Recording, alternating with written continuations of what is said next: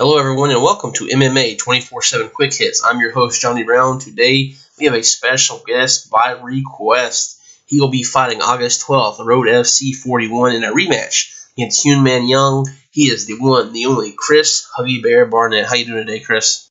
I'm doing good. Hey, audience. How you doing out there, people? Let's jump into your fight. It's a rematch from Road FC 38 when you fought Young. Unfortunately, the fight ended with a TKO injury to your eye.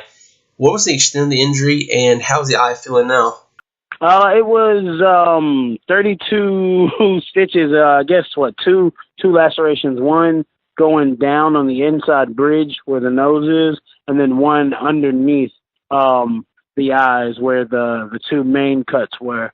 But I was actually lucky because the number one surgeon in Korea was there just randomly in the same city that I was in that night.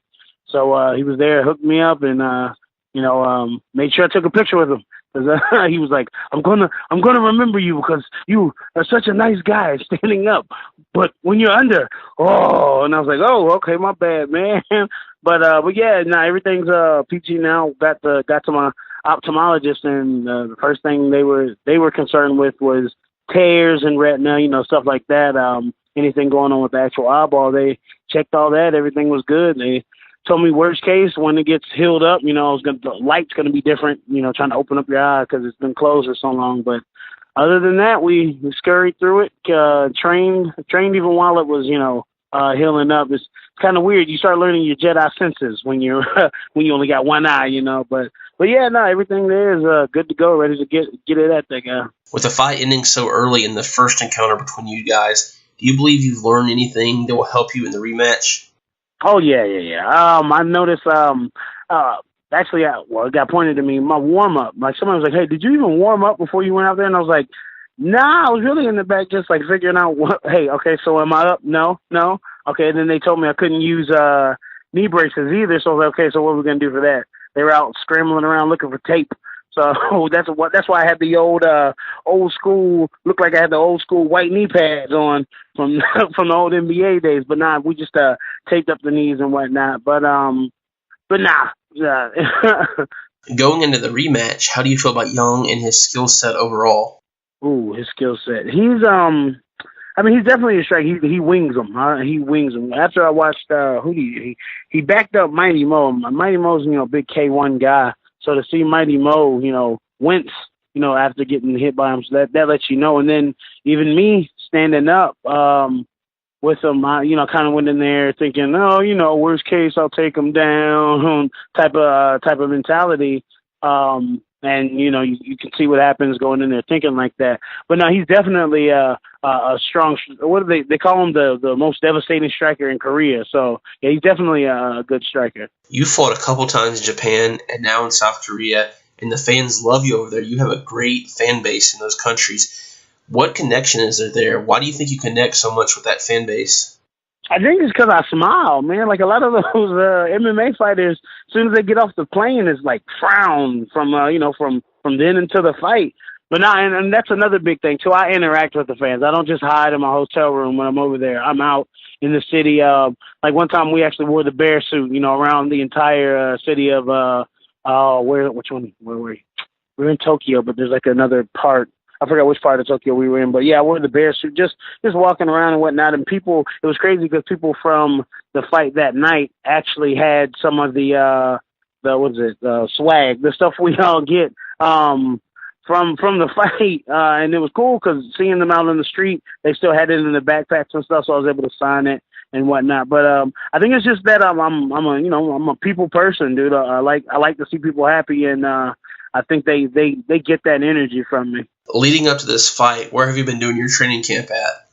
Most of it has been at home gym, Barnett Taekwondo Academy, mainly working with a lot of my guys there. We actually just had one of the fighters from our gym, Leonard Williams. He just won his second pro fight, so being able to get in and out with him, working on his game plan actually was our game plan to go against our guy, you know what I mean? So it works perfect with that camp. But now I'm finishing up my camp down here with Ralph Garcia over at what is he at? ATT Tampa, and actually Dr. Roddy Ferguson has been coming in and helped me. Man, he judo flipped me so hard today, it was crazy. Man, I haven't been judo flipped in I don't know how long, but I was like, oh, here it goes, and boom. But yeah, he's in there helping me ground this last week out, and another MMA fighter, Alonzo, who's in there helping me out too. Actually, the whole gang at ATT Tampa, Sarah and all of them, they're in there getting it in with me. For those people who may not know, how did you get the name Huggy Bear? Man, it's I started out with Beast Boy, that like had multiple things behind it. Me loving animals, wanting to be a veterinarian. Teen Titans, Beast Boy, being able to, I could mimic the noise. I couldn't turn into anything, but I could mimic, a lot of the animals and whatnot. And then it also kind of fit. He's like, oh yeah, he's a beast. Boy, you have to do the pause in between it. But at the time, it fit. And then you kind of look at the market of in Japan, and it's, what's that word? Kawaii. Like, it's very cute, very kawaii. So if you look at it, they don't have anything like that, but they love those two things. So it's like, hey, let's mix those two and see what we can get, because they love the and I'm talking grown men, Hello Kitty and the little bears and stuff like that. So I figured, okay, if I can kind of mix this like WWE, but not really WWE in with it, and then actually go out there and win, what can people say? Not only that, and then my opponent, man, I just got beat up by a dude in a bear suit. Like, well, you can't go tell nobody that.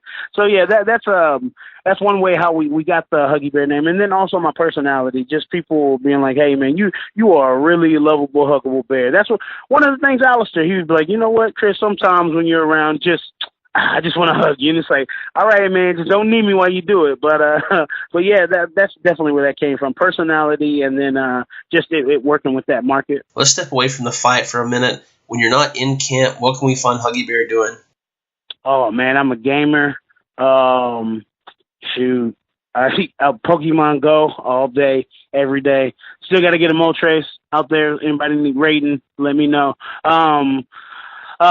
Shoot, what else, man? Just chilling, hanging out with family and whatnot, man. That's pretty much it. Just trying to, anything positive. I won't say no. So if somebody's like, hey, let's go paintballing, all right, let's go, man. I'm down to try anything once kind of guy. I leave everything open as long as it's going to end in a positive type thing. That's pretty much where you can find me. That goes into my next question. I heard a rumor that you were one of the best Pokemon Go players in the United States. Is this true? I mean, hey, because I've been able to go to Asia, so I've got stuff that people don't have in the States, and I'm doing okay. I'm just gonna say, I'm gonna keep it humble and say I'm doing it okay. When they pull out the PvP, player versus player, then we can start throwing, who's the best around. But as of right now, we'll just say I'm doing okay. Another rumor I heard is that you're great at impressions. Let's hear it. Give us one impression, anyone. I don't know. How about here? Throw a couple of names out, and then we'll see. I'll try to match up to it. How about that? That way, people know it's like, this is on the spot. So here we go. Throw out some names. Oh, here, hang on. I got one of my homeboys out here. I'll have him throw out some names, man. Throw any name, man. Huh? Oh, okay. He said Alistair Overeem. All right, man, you gonna get me beat up? Okay, here we go. All right. Today, last week, I had a beautiful fight. I fought Fabricio Verdum. He couldn't handle my knees in the first round. He got a good one in the third, but we did enough to make sure we got the victory. And Stipe, I think you better watch out because we're coming for the belt.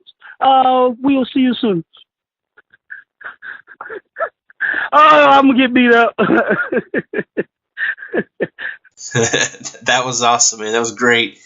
This is the part of the interview. I'm going to let you have the floor, my man. Anyone you want to thank, any sponsors, social media, anyone, the floor is yours. Let's hear it, my man. Oh, man, hang on. Give me 2.5 seconds. I'm not a list, but I want to make sure I say the names right. Hang on 1 second. Okay, here we go.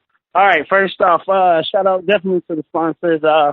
We got MMA 24/7, hands down one of the best MMA websites out there, up to date.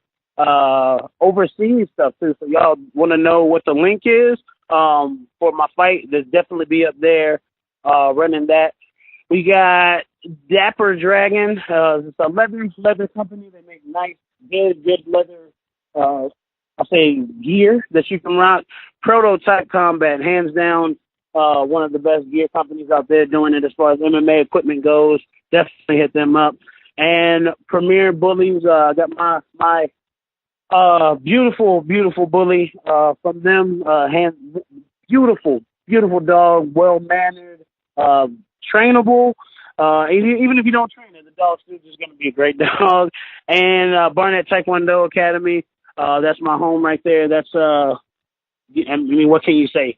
You're nothing without your building blocks, and that's my grassroots. So, other than that, man, thank you so much for this interview. Shout out to everybody out there grinding and doing it. There he is, Chris Huggy Bear Barnett. Be sure to check him out August 12th, Road FC 41. It's going to be a great one. Thanks again for joining us, Chris. Yes, sir, man. I appreciate it. Thank you again. That's it, folks, for today. We'd like to thank you, as always, for listening to MMA 24/7 Quick Hits. I'm your host, Johnny Brown. Give us a like on Facebook, MMA 24/7, if you haven't already. Heck, we got the great endorsements from Chris Huggy Bear himself, so give him a follow, too. We'll put his information in the description. Thank you guys again, and have a great day.